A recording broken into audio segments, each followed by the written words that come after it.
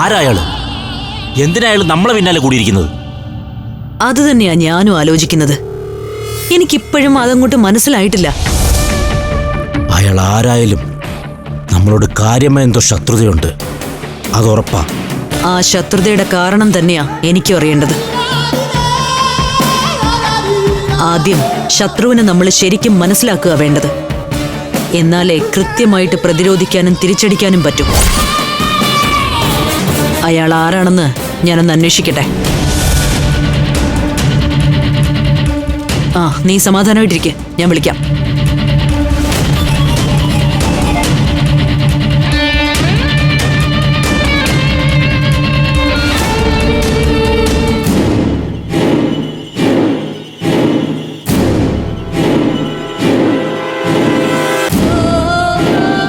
നേരത്തെ ഒന്ന് കണ്ടേച്ച് പോവാന്ന് പറഞ്ഞു വന്നതാ. മാപ്പ് പറയാനായിരിക്കും. അത് നിങ്ങൾ കൈ വെച്ചാ മതി. അതൊന്നും കൊണ്ട് ഇനി ഒരു കാര്യമില്ല. മാപ്പ് പറയാനോ? എന്തിന്? ഞാൻ വന്നതേ ബാക്കി കണക്കുകളും കാര്യങ്ങളും സംസാരിക്കാനാ. ബാക്കി കണക്കോ? ബാക്കി സെറ്റിൽമെന്റ്, ദക്ഷിണ. എന്റെ അനിയന്റെ ജീവിതം താൻ കുളവാക്കി കൈ തന്നത്. അതിന് തനിക്കിന് ഞാൻ ദക്ഷിണ കൂടെ തരാം. ദക്ഷിണയൊന്നും തരാതെ ഞാൻ ഇവിടുന്ന് പോവില്ല. എല്ലാം നശിപ്പിച്ചിട്ട് നാണം ഉണ്ടോടോ നിങ്ങൾക്ക് എന്റെ മുമ്പിൽ വന്ന് ഇങ്ങനെ നിൽക്കാൻ? ദക്ഷിണ പോലും ഒന്ന് പോടോ. നിങ്ങൾ കാണിച്ച മണ്ടത്തരത്തിന് ഞാൻ എന്തിനു കാണിക്കണം?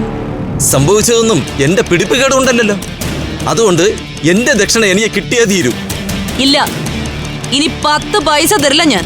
താനേ വേണമെങ്കിൽ പോയി കേസ് കൊടുക്കും. ഞാൻ കേസ് കൊടുക്കും. പക്ഷേ കേസ് കൊടുക്കുന്നതേ എന്റെ ചാത്തന്മാർക്കാ. അവരെ നിങ്ങളെ വെറുതെ വിടില്ല.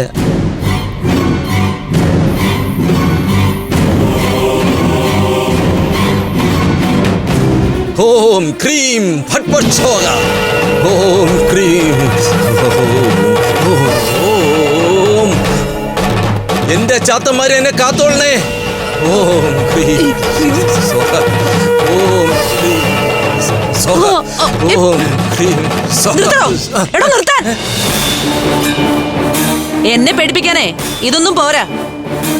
ഇത്തരം തരികിട നമ്പർ ഒന്നും എന്റെ അടുത്ത് നടക്കില്ല. ചാത്തമാരെ വിളിച്ചോണ്ടേ വീട്ടിൽ പോവാൻ നോക്ക്. അതെ, ചാത്തന്മാരെ എന്നോട് പറഞ്ഞതേ ഈ വീട്ടിലെ പെൺകുട്ടികളോട് എല്ലാം തുറന്നു പറയാനാ.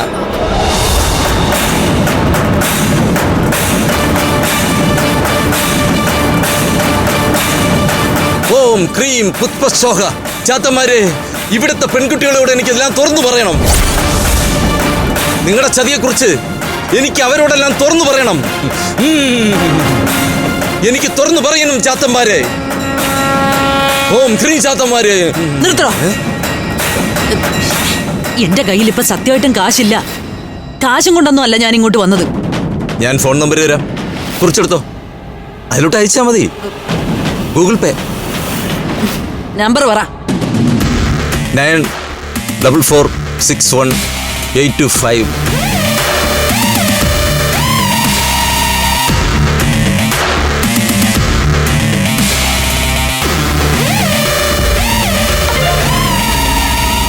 നേരത്തെ പറഞ്ഞ തുക മുഴുവൻ അയച്ചിട്ടുണ്ട്. സന്തോഷം. എന്തെങ്കിലും ആവശ്യമുണ്ടെങ്കിൽ എന്നെ വിളിച്ചാൽ മതി. അപ്പൊ ഞാൻ അങ്ങോട്ട്.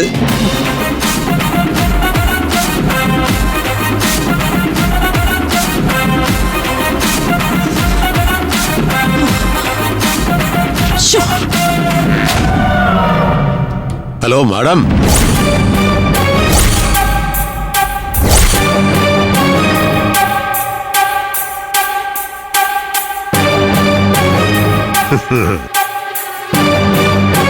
നല്ല ദേഷ്യത്തിൽ നിൽക്കുന്ന നിങ്ങളുടെ മനസ്സിൽ ഇപ്പോ 1000 ചോദ്യങ്ങൾ ഉയരുന്നുണ്ടാവും. അതിൽ ചിലതിന്റെ ഉത്തരം മാത്രം ഞാനിപ്പോൾ പറയാം. നിങ്ങളുടെ തകർച്ച തന്നെയാണ് എന്റെ ലക്ഷ്യം. പഞ്ചരത്നങ്ങളെ ചതിക്കാനും അവരുടെ സ്വത്ത് തട്ടിയെടുക്കാനും ആരെങ്കിലും ശ്രമിച്ചാൽ അത് ഞാൻ തടഞ്ഞിരിക്കും. ഞങ്ങളുടെ കുടുംബ പ്രശ്നങ്ങളില് നിനക്കെന്താ കാര്യം? കാര്യമുണ്ടെന്ന് കൂട്ടിക്കോ. ഓ, മനസ്സിലായി.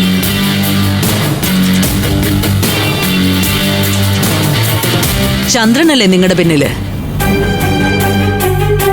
അങ്ങേര് കീ കൊടുത്തു വിട്ട പാവയല്ലേ നിങ്ങള്? ആണെങ്കിൽ എങ്കിൽ ചന്ദ്രന്റെ അനുഭവം തന്നെയായിരിക്കും നിങ്ങൾക്കും.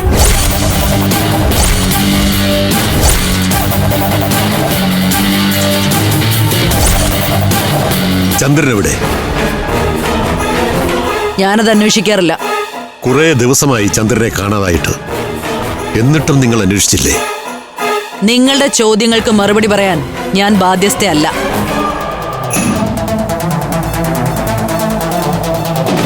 നിങ്ങൾ അയാളെ എന്താ ചെയ്തത്? ഈ കലാവതിയുടെ തകർച്ച ലക്ഷ്യമിടുന്നവര് ഭയക്കണം. എന്നെ നിങ്ങള് ഇനി മുതൽ കൂടുതൽ ഭയക്കണം കൃഷ്ണ. എന്നെയും പഞ്ചരത്നങ്ങളെയും തമ്മിൽ തെറ്റിക്കാൻ നിങ്ങളായിട്ടില്ല.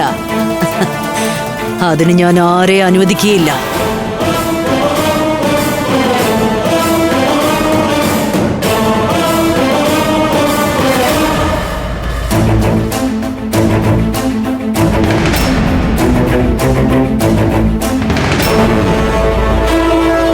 നിങ്ങൾ പുറമേ ധരിച്ചിരിക്കുന്ന ഈ ആട്ടിൻതോൽ ഊരി വീണു പോകാൻ അധിക സമയം വേണ്ട.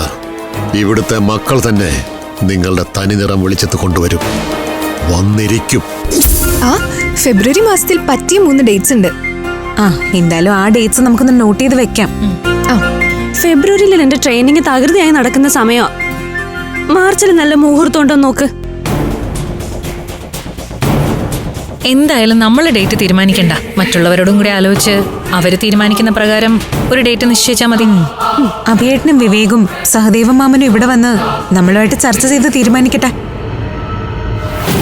ഓഹോ, നിങ്ങളുടെയൊക്കെ ഭാവി ഭർത്താക്കന്മാർ വരുമ്പോ എനിക്ക് മാത്രം എന്താ അമ്മായിയപ്പൻ? മകന്റെ കല്യാണം നിശ്ചയിക്കാൻ അച്ഛനല്ലാതെ പിന്നെ ആരാ വരണ്ടേ? സഹദേവ മാമൻ ചേച്ചിക്ക് അമ്മായിയപ്പനല്ല, സ്വന്തം അമ്മാവന അല്ലേ കലേമേ?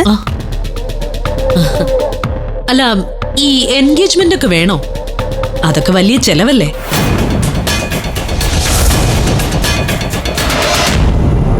ഒരു തീയതി നിശ്ചയിച്ച് കല്യാണം ഒന്ന് നടത്തിയാ പോരെ? ബന്ധുക്കളെ മാത്രം വിളിച്ചുള്ള നിശ്ചയം എന്ന് പറയുന്നത് ഒരു ചെലവുള്ള കാര്യമല്ലല്ലോ കലേമേ.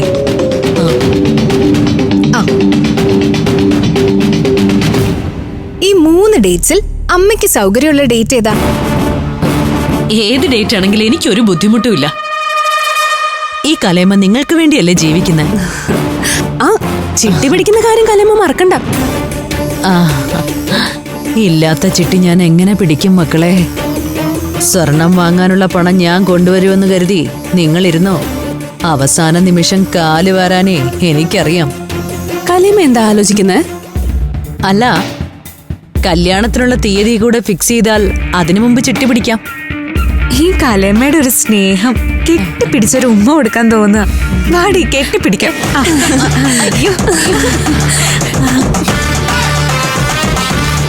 മതി മതി. അയ്യോ ഇല്ല, ഇന്ന് ഞങ്ങൾ കലേമയെ സ്നേഹിച്ചു കൊല്ലും. മതിയെന്ന്.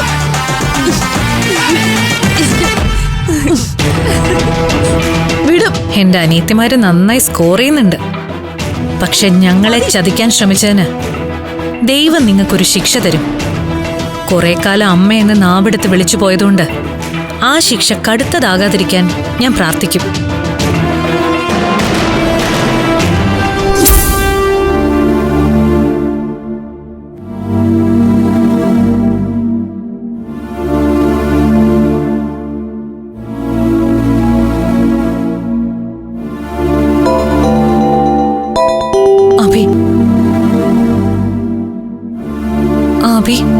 പോയിട്ട് എന്തായി? എല്ലാ കാര്യങ്ങളും സെറ്റായി. സത്യം? ഞാന് ബാങ്ക് മാനേജറെ കണ്ടു. കാര്യങ്ങളൊക്കെ വിശദമായിട്ട് സംസാരിച്ചിട്ടുണ്ട്. മാഡം നമ്മുടെ വസ്തുവിന്റെ എലിജിബിലിറ്റി ഒന്ന് പരിശോധിക്കുക. ഇന്ന് ഉച്ചയ്ക്ക് ശേഷം റിപ്പോർട്ട് കിട്ടും.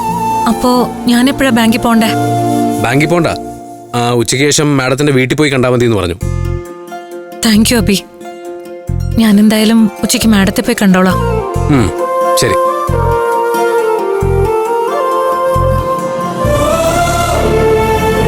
എന്റെ ഈശ്വര, ഈ ലോണൊന്ന് ശരിയായാൽ മതിയായിരുന്നു. എന്റെ എല്ലാ പ്രശ്നങ്ങൾക്കും പരിഹാരമായേനെ.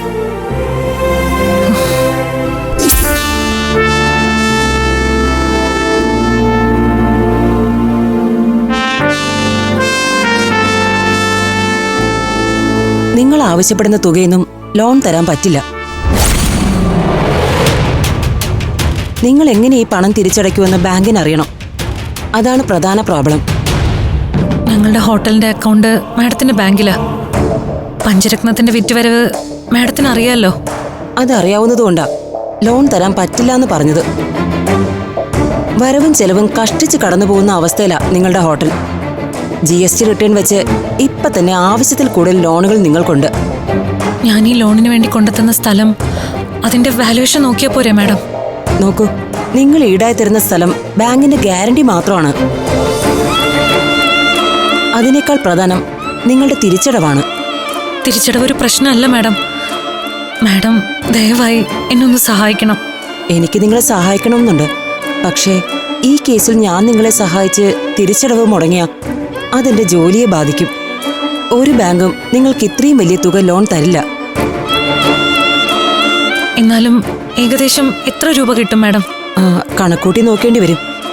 എന്നാലും ഒരു 10-20 ലക്ഷം രൂപയിൽ കൂടുതൽ പ്രതീക്ഷിക്കണ്ട. എന്തായാലും അമൃതയൊന്ന് ആലോചിക്കേ. എന്നിട്ട് സൗകര്യം പോലെ എന്നെ വിളിച്ചാൽ മതി. ശരി മാഡം.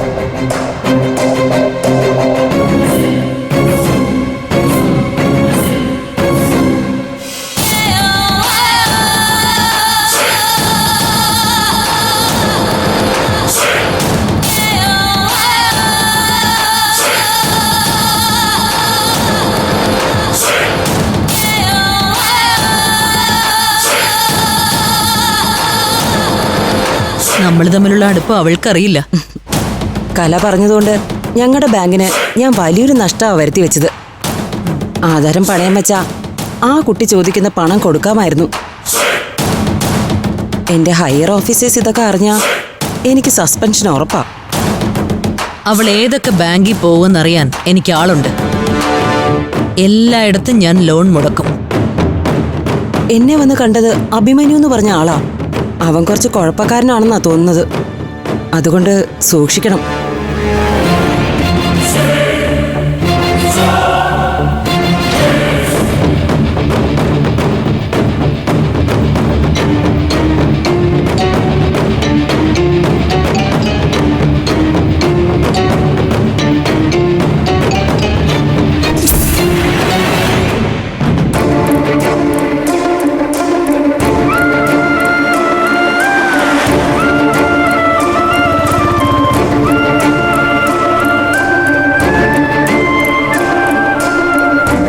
ലോൺ നിഷേധിക്കപ്പെട്ടു എന്ന് കരുതി ഞാനിങ്ങനെ തകരേണ്ട കാര്യമില്ലല്ലോ. വേറെയും ബാങ്കുകളുണ്ടല്ലോ.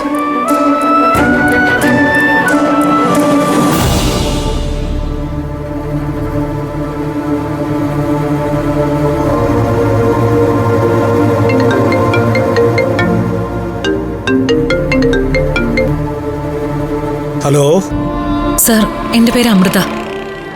ഞാൻ ഇവിടെ അടുത്തൊരു ഹോട്ടൽ നടത്തുക. ഏത് ഹോട്ടൽ? ഹോട്ടൽ പഞ്ചരത്നം. ഓ, മനസ്സിലായി. ഉച്ചയ്ക്ക് ഊണ് മാത്രം വിളമ്പുന്ന ഒരു ഹോട്ടല്. അതെ സർ. ഞാനവിടെ നിന്ന് നിങ്ങളുടെ ഊണ് കഴിച്ചിട്ടുണ്ട്. വളരെ നല്ലതാ. Thank you sir. മാത്രമല്ല, ഞാൻ അന്ന് ഹോട്ടലിൽ വന്നപ്പോ ഞാൻ അമൃതയോടാണെന്ന് തോന്നുന്നു ഞങ്ങളുടെ ബാങ്കിൽ ഒരു കറണ്ട് അക്കൗണ്ട് എടുക്കുന്നതിനെ കുറിച്ച് സംസാരിച്ചിരുന്നു. ഓർമ്മയുണ്ടോ അത്? ആ ഉണ്ട് സർ. അതിന്റെ കാര്യം കൂടി പറയാനാ ഞാനിപ്പോ വിളിച്ചത്. ഓ, ഗുഡ് ഗുഡ്, പറയൂ. സർ, സത്യത്തിൽ എനിക്കൊരു ലോണിന്റെ ആവശ്യമുണ്ടായിരുന്നു. ഈടായി തരാൻ ഭൂമിയുണ്ട്. അങ്ങനൊരു ലോൺ സാർ തരുകയാണെങ്കിൽ പഞ്ചരത്നം ഹോട്ടലിന്റെ എല്ലാ ട്രാൻസാക്ഷൻസും സാറിന്റെ ബ്രാഞ്ചിലൂടെ തന്നെ ചെയ്യാം. അല്ല, സാറൊന്നും പറഞ്ഞില്ല. എന്തായാലും ഞാനൊന്ന് ആലോചിക്കട്ടെ. എന്നാ ഞാൻ നാളെ സാറിനെ ബാങ്കിൽ വന്ന് കാണട്ടെ? അത് വേണ്ട, ഞാൻ നാളെ ഉച്ചയ്ക്ക് പഞ്ചരത്നത്തിലേക്ക് വരാം. അമൃതയെ ഒന്ന് നേരിട്ട് കാണുകയും ചെയ്യാം. പിന്നെ അവിടുന്ന് ഊണും കഴിക്കാം. Welcome sir. Thank you.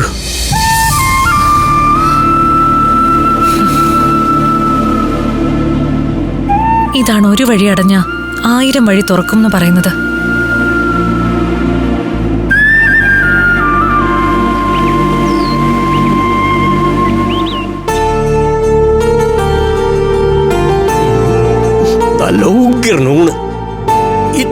ഭക്ഷണം ഞാൻ അടുത്ത കാലത്തൊന്നും കഴിച്ചിട്ടില്ല. അല്ല സാർ ലോണിന്റെ കാര്യമൊന്നും പറഞ്ഞില്ല. ഉഗ്രൻ അവിയല് എന്തൊരു സ്വാദാണ്. അമൃതയുടെ കൈപുണ്യം അപാരം തന്നെ. ഞാൻ പറഞ്ഞ എമൗണ്ട് കിട്ടുമോ സാർ? നോക്കാം.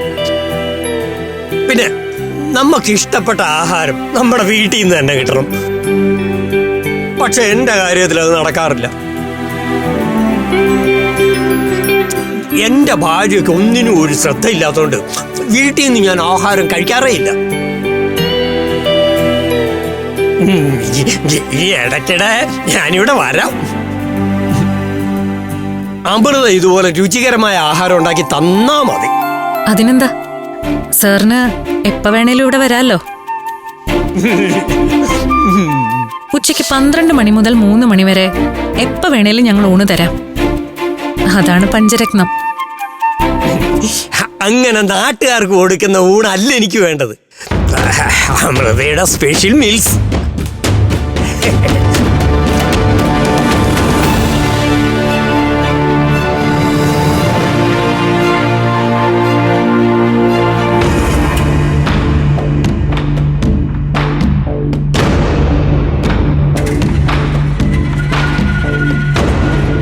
സാർ, ലോണിന്റെ കാര്യമൊന്നും സാർ പറഞ്ഞില്ല. പറയാമല്ലോ, സമാധാനപ്പെട്. വയറു വല്ലാതെ നിറഞ്ഞു, നല്ല ക്ഷീണം, കൂട്ടത്തിൽ ഉറക്കവും വരുന്നുണ്ട്. ഒന്ന് റെസ്റ്റ് എടുക്കാൻ എങ്ങനെയാ, സൗകര്യം കാണുമോ? നമുക്ക് ലോണൊക്കെ ശരിയാക്കണ്ടേ?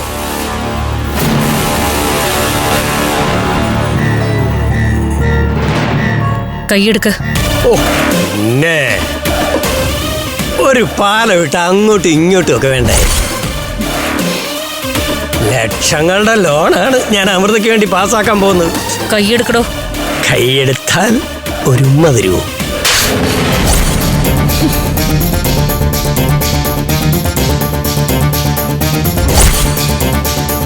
എന്നെ തല്ലിയല്ലടി.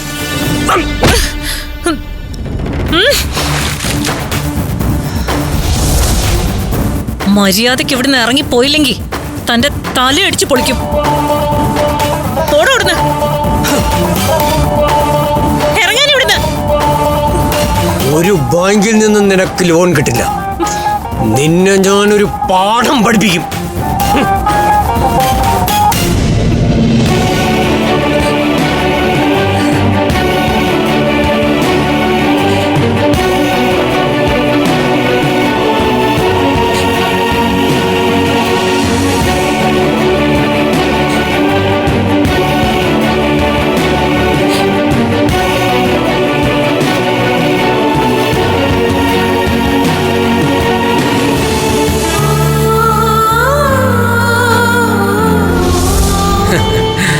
ശരിക്കുവേ 5 പെൺപുലികളുടെ ഇടയിൽപ്പെട്ട ചെന്നായുടെ അവസ്ഥയായി കലാവതിക്ക്.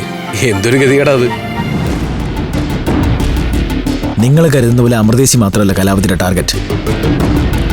ഒരാവശ്യമില്ലാതെ എന്നെ അന്ന് സ്റ്റേഷനിൽ കയറ്റി പഞ്ഞിക്കിട്ടത് അവരാണ്. എന്റെ ഊഹം ശരിയാണെങ്കിൽ ആ കലാവതിയുടെ ലക്ഷ്യം നിങ്ങളുടെ കയ്യിൽ നിന്ന് ഈ പഞ്ചരത്നം തട്ടിയെടുക്കുക എന്നതാ.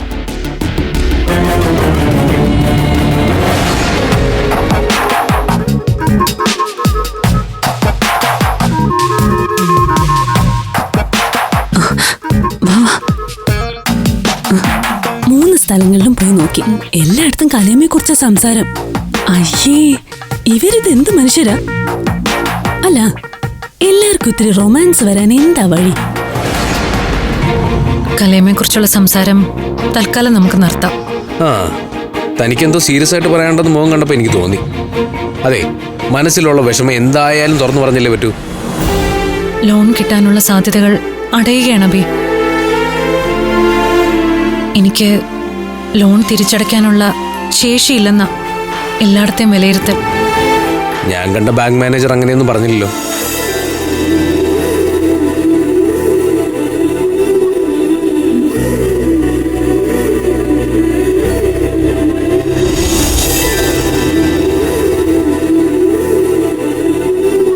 ഫ്ലവേഴ്സ് ടിവിയുടെ സ്മാർട്ട് ഷോയിൽ പങ്കെടുക്കാൻ നിങ്ങളെ ക്ഷണിക്കുന്നു.